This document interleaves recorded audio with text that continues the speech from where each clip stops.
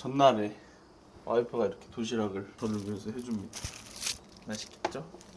제가 다치고 운동을 2주 동안 못하다가 오랜만에 상체 운동을 시작했는데 아직도 무리하면 계속 통증이 있더라고요. 얼굴이 많이 빵빵이가 됐죠. 요즘 제가 즐겨 먹는 또 프레시베리 맛 올라이크리 블루베리를 같이 먹어주면은 진짜 맛있어요. 아침에 또 맛있게 먹고 싶잖아요. 맛있게 야채를 챙겨줘야 되기 때문에.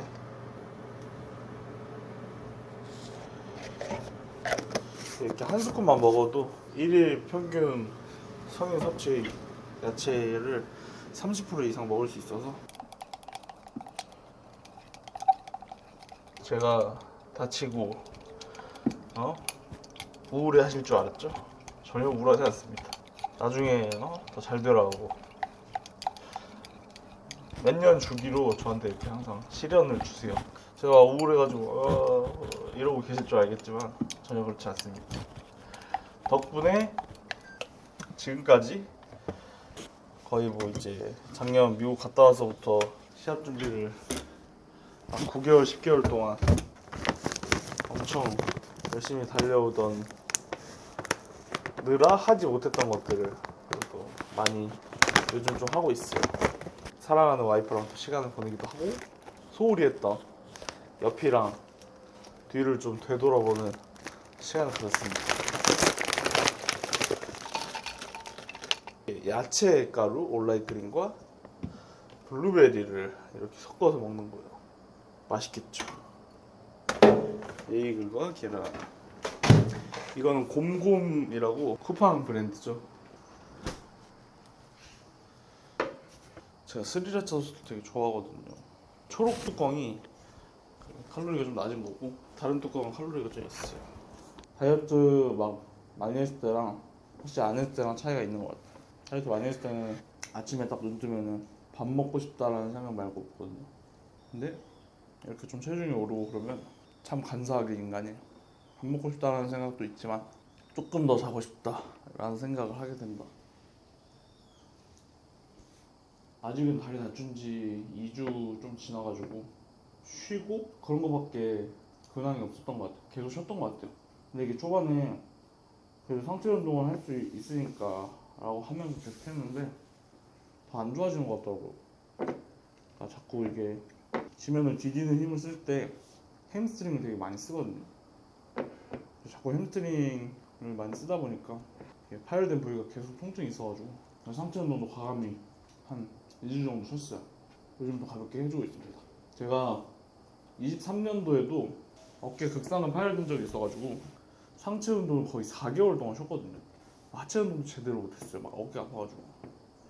근데 제 체감상 이렇게 다치고 나서 1년을 쉬어도 운동 조금 하면 금방 돌아와요. 우리 진짜 우리 몸이 기억하고 있거든요. 머슬 메모리라고 하죠. 저는 머슬 메모리를 믿습니다. 운동을 지금 좀 못해도 제대로 오히려 더 강해질 수 있다. 내 몸 기준으로 내가 얼마나 혹사시켰을까 생각해보면 내 몸이 더 심하게 다치지 말라고 해준 것 같아요. 프레시베리 맛은 조금 더 달콤한데 상콤한 느낌. 이순신 장군님이 천벌을 내리는 거. 이 시장뿐만 아니라 뭐 다른 시장도 마찬가지겠죠. 어쩌다 이렇게 사람들이 서로를 미워하고 혐오 질투하는 시대가 되었나 생각을 해봤는데, 악플을 다는 친구들 보면은 중고등학생 아니면 20대 초반 인생에 책임질 게 없는 친구들이 많거든요. 근데 과연 나는 어릴 때 그렇게 행동하지 않았나? 라는 생각을 해보면 저도 그렇게 행동했던 것 같아요. 저도 그렇게 행동을 했지만 그걸 표현할 매개체가 그 당시에는 별로 발달이 안 돼 있었던 거죠. 좋은 댓글이든 좋지 않은 댓글이든 어린 친구들이 다는 댓글들 보면 이것도 하나의 저에 대한 관심이기 때문에 감사하죠. 블루베리는 몇 g인가요? 블루베리는 75g입니다. 75g. 건주님, 무릎 어디 부상당하신 적 있나요? 재활은 어떻게 하셨나요? 오른쪽 십자인대를 제가 전공이 경호학과인데 유도하면서 어워치기 하다 옆으로 깔렸는데 이제 십자인대 끊어진 적이 있어요. 재활은 뭐 그냥 초반에만 좀 하다가 안 했는데 재활센터 가서 했던 것 같아요. 다이어트 식단 유지하시는 거예요? 다이어트 식단 유지 안 하고 있습니다. 혹시 하루 TD 알 수 있을까요? 하루 총 에너지 소비량이잖아요. 시기마다 다르고 지금은 한 운동을 다시 할 수 있을 때라고 치고 체중이 이렇게 많이 올랐을 때라고 치면 한 4,000에서 5,000 칼로리 정도 되는 것 같아요. 이미 체중을 많이 낮춘 상태면 조금 달라지죠. 한 3,000 초중반 정도? 그러니까 TD가 정확히 얘기하면 총 1일 에너지 소비량에 대해서 얘기하는 거거든요. 크게 보면은 기초대사량, 가만히 있어도 소비되는 에너지 양과 그리고 활동대사량이 합쳐진 게 1일 총 에너지 전체 소비량인데 가지고 있는 근육량에 따라서 그리고 사람 체중에 따라서 운동 강도나 운동 양에 따라서 조금씩 달라질 수 있어요. 근데 아무래도 저는 운동을 좀 많이 하는 사람이다 보니까 많이 해왔던 사람이고 그래서 그게 되게 높은 것 같아요. 제가 여러분들한테 이렇게 다 먹는 거를 모든 맘 먹는 걸 보여드리지 않지만 한번 맘 잡고 많이 먹으면 하루에 진짜 10,000칼로리는 우습게 없습니다. 그래서 제가 와이프 처음 만났을 때 그때 대학생이었는데 와이프랑 고깃집에서 고기 먹었는데 막 공깃밥을 7공기, 8공기씩 먹고 그랬어요. 바로 햄버거 집 가서 막 햄버거 3개, 4개씩 바로 먹고 또 제가 되게 많이 먹습니다.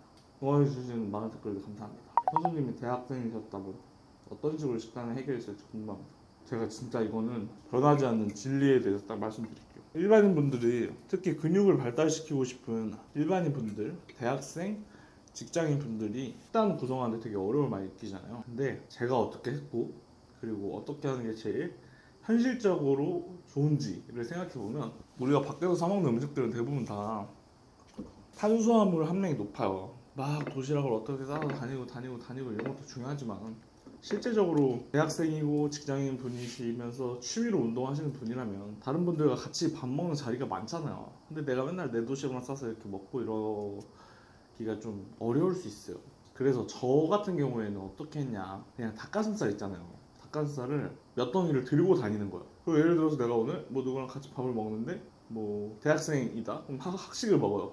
오늘 학식이 뭐야 이랬는데 뭐 돈가스도 나오고 저기 뭐 우동도 나오고 제육볶음도 나와요. 그럼 제육볶음을 먹으면서 닭가슴살을 넣어서 먹는 거예요. 그래서 닭가슴살을 뭐 한 덩이 두 덩이 정도를 끼니마다 그냥 들고 다니면서 그 일반식이랑 같이 먹는 거죠.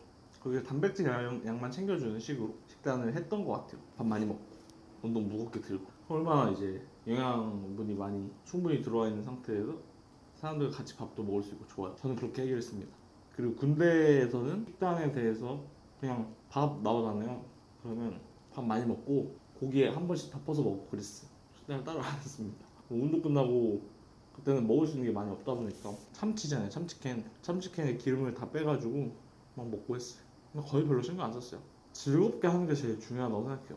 식단을 해도 내가 진짜 막 즐겁게 할 수 있는 상태에서 하고 운동도 내가 즐겁게 할 수 있는 상태에서 하는 게 좋지. 뭔가 억지로 근육을 만들기 위해서 내가 이걸 참아야 된다고 생각하면 하기 어렵거든요. 이렇게 음식도 맛있게 먹을 수 있는 거고 막 군생활 하는데 내가 몸을 더 열심히 만들어가지고 여기 있는 동안 더 발전해야지 라고 생각도 안 했던 게 그냥 군대 내에서 쓸 수 있는 시간 내에서 운동하는 거에 재미를 붙이고 바꿀 수 없는 것들이 너무 신경을 많이 안 썼던 것 같아요. 솔직히 훈련 나가는데 어떻게 식단을 싸고 그러겠어요. 그냥 즐기는 거죠. 그냥 제육볶음 많이 먹고 띵걸음 열심히 하고 주특기 열심히 하고 개인 정비 시간에 턱걸이 많이 하고 그 정도. 식단 구성하는데 너무 이제 복잡하게 생각하고 어렵게 생각하기보다 닭가슴살 2덩이씩 들고 다녀라. 보통이 많이 먹어도 그냥 40g 먹고 있는데 늘어도 괜찮아요.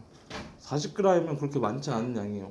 뭐 공깃밥으로 만약에 양으로 따지면 거의 100g 정도 양이거든요. 그러니까 뭐 하루에 3끼나 4끼 드신다고 했을 때 조금 더 많이 먹어도 전혀 상관없죠. 그러니까 평균적으로 한 100g 정도 이내로는 먹어도 과식하는 건 아니다 라고 생각을 해주시면 됩니다. 우리가 햇반 하나 먹는다고 해서 과식하는 건 아니잖아요. 칼로리도 한 40g 정도면은 150칼로리 내외거든요. 응원해주시는 댓글도 너무 감사합니다. 상체 운동 휴식하면서 버티세요. 화이팅. 감사합니다. 준이의 부상 때문에 상식이 크시겠지만 잘 이겨내실 거라고 생각합니다. 그리고 궁금한 게 혹시 왜 별명이 좀비신지 알고 싶습니다. 좀비는 잘 죽지 않잖아요. 좀비가 원래 배고플수록 더 강해지거든요. 지금은 배가 고프진 않지만 어쨌든 보디빌딩 하면서 상급자로 갈수록 휴식이 중요하다고 하던데 초중급자 수준도 주에 휴식하는 날을 잡아서 휴식을 일부러 해야 하는 건가요? 근데 단순하게 생각하면 휴식이라는 것이 있기에 운동도 할 수 있는 거잖아요. 그러니까 음식이라는 걸 먹기에 운동도 할 수 있는 거잖아요. 운동이라는 걸 하기 때문에 음식이라는 걸 먹었을 때 근육에 영양소가 저장될 수 있는 거잖아요. 하나의 사이클로 생각하면 돼요. 휴식이 있어야 운동도 있고, 운동이 있어야 영양도 더 의미가 있고, 또 영양이 있어야 또 휴식을 취할 수 있고, 이렇게 운동, 영양, 휴식이 삼박자로서 서로를 이제 상호 보완적으로 자꾸 이제 순환시켜 준다라고 생각을 해주시면 돼요. 그렇기 때문에 휴식하는 날을 일부러 해야 하는 거는 무조건 휴식을 해야 되고, 운동 쉬는 날을, 그거는 이제 운동의 레벨이랑 상관없이 운동 쉬는 날을 일부러 좀 쉬어주면서 해줘야 됩니다. 제가 좋아하는 말인데, 내 의지로 침대에 누워서 잘 준비를 하지 않으면 아침에 내 의지로 일어나는 것도 힘들어요. 그러니까 쉬는 날을 내 의지로 정하지 않으면 운동을 해야 하는 날에도 막 더 열정적으로 하기도 어려워요. 끝이 있어야 또 시작도 있고, 그게 계속 순환될 수 있는 건데, 쉬는 날 없이 만약에 운동하면은 너무 힘들 거 아니에요. 끝이 안 보이니까. 쉬는 날을 꼭 설정을 해주세요. 일주일에 2번, 3번씩은 쉬면서 운동을 해도 오히려 쉴 때 뭔가 내가 열심히 운동해놓고 열심히 식단 해놓은 거를 이렇게 무너뜨리는 그런 행위들만 하지 않아요. 예를 들어서 쉴 때 술을 엄청 많이 먹고 막 다른 운동을 하면서 부상을 입고 이러지만 않으면 그 휴식이라는 게 훨씬 더 내 다음 운동하는 데 있어서 많은 집중력과 에너지를 줄 거예요. 제가 이번에 시합 준비하면서에도 많이 느꼈던 것 중 한 가지인데, 터널 비전 증후군이라고 하잖아요. 이뤄야 되는 목표를 막 생각을 너무 많이 깊게 생각하다 보면은 딱 목표 지점에 대해서 달려가는 것만 생각하고 그 외적인 부분은 아예 생각을 못 한다는 거거든요. 근데 그러다 보면 오히려 시야가 되게 좁아져요. 시야가 되게 좁아지면 이성적으로 생각해야 되고 또 판단해야 되는 것들에 대해서 내 기준에서 벗어나면 잘못됐다라고 생각을 하는 건데, 절대 그렇지 않거든요. 그러니까 이 시야가 좁아지는 걸 항상 조심해야 돼요. 뭐래? 그리고 나와줘봐. 밤잼이랍니다, 여러분들. 맛있다. 너무 무리는 안 할 거고, 오늘은 이제 가슴 운동을 좀 해보려고 또 뜨거운 마음으로 나왔습니다. 가보자고. 그러니까 처음에 다치고 나서 한 2주 동안 운동을 거의 다 못하고, 다시 운동을 시작하고 나서부터는 3일 운동하고 하루 쉬고 하고 있거든요. 제가 또 팔이 약점이다 보니까 가슴 어깨 하고, 다음날 팔 하고, 다음날 등 하고, 그리고 휴식하고, 그러니까 이런 식으로 3일 운동 하루 휴식 패턴으로 좀 하고 있어요. 하체 운동 한 2, 3주 있다가부터 아주 가볍게부터 시작할 수 있을 것 같아서 그 전까지는 이렇게 상체만 돌릴 수 있는 3일 분할을 하고 있고, 중량을 막 다루지는 못해서 많이, 최대한 이제 햄스트링에 부담 안 가는 구간에서만 좀 운동을 해주고 있어요. 렛츠고.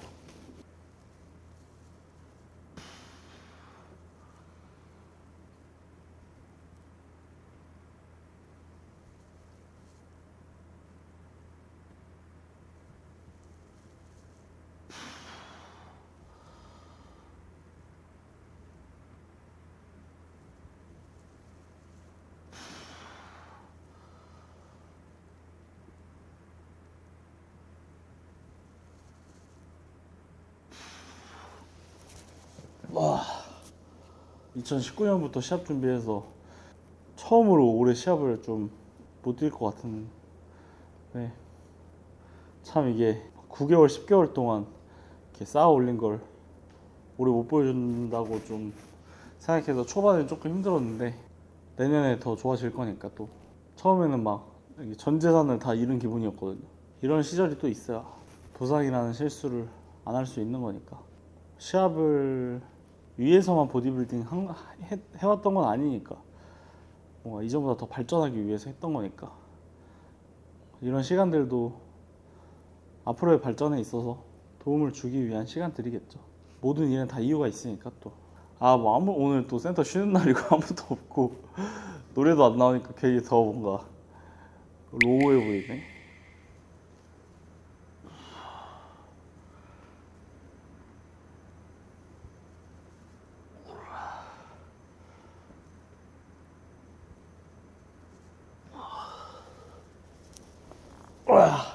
첫 프로 데뷔 준비할 때 23년도에 AGP 프로쇼 준비했을 때는 그 시합 한 9개월 전에 왼쪽 어깨 극상근 파열돼서 한 3, 4개월 동안 상체 운동을 못 했거든요. 근데 막 하체 운동은 막 격일로 하고 3일에 한 번씩이라도 계속 했어요.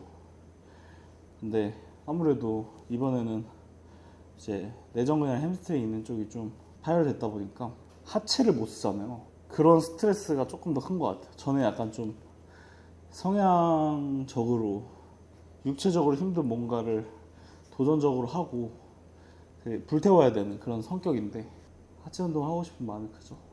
그러니까 저처럼 이렇게 부상을 입으시는 분들이 분명히 생기실 거 아니에요, 운동하시면서. 근데 제가 다치고 나서 초반에는 좀 금방 낫겠지라고 생각하고 조금 괜찮아진 것 같으면 약간 하체를 쓰는 그런 상체 운동을 살짝 해봤거든요. 좀 조급한 마음에 치료도 받고 아이싱도 하고 아픈데 구부렸다 펴보고 막 엄청 아파하고. 시간이 지나다 보니까 그냥 부상을 입으면 뭐 몇 주 이상 쉬어야 된다라고 하면 쉬어야 돼요. 지금 좀 안 아프게 느껴지니까 괜찮겠지라고 해서 했거든요. 그럼 또 한 2, 3일 동안 더 안 좋아져요. 제가 얼마 전에 이제 등 운동 한다고 다리 힘 안 주고 하는 거 막 하다가 그래도 좀 괜찮은 것 같은데 이래가지고 가벼운 무게로 바벨로를 한번 해봤거든요. 다음날 못 걷겠더라고요. 제가 몸을 뭐 1, 2년 운동해서 만든 게 아니잖아요. 지금부터 10몇 년을 막 그렇게 해가지고 만들어 왔는데 지금 한두 달, 두세 달 운동 세게 운동 못한다고 해서 근육이 절대 빠지지 않아요. 머슬 메모리가 있기 때문에.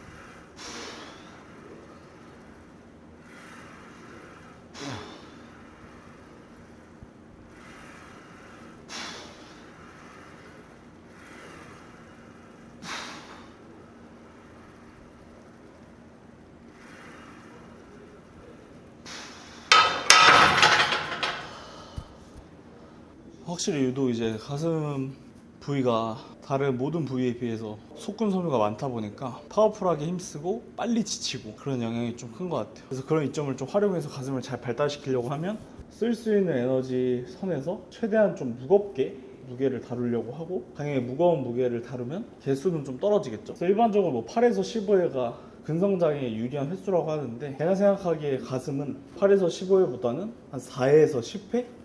이 정도 사이의 반복 횟수가 폭발적인 근성장, 크기를 키우는데 근비대적인 부분에서 제일 유리한 것 같아요.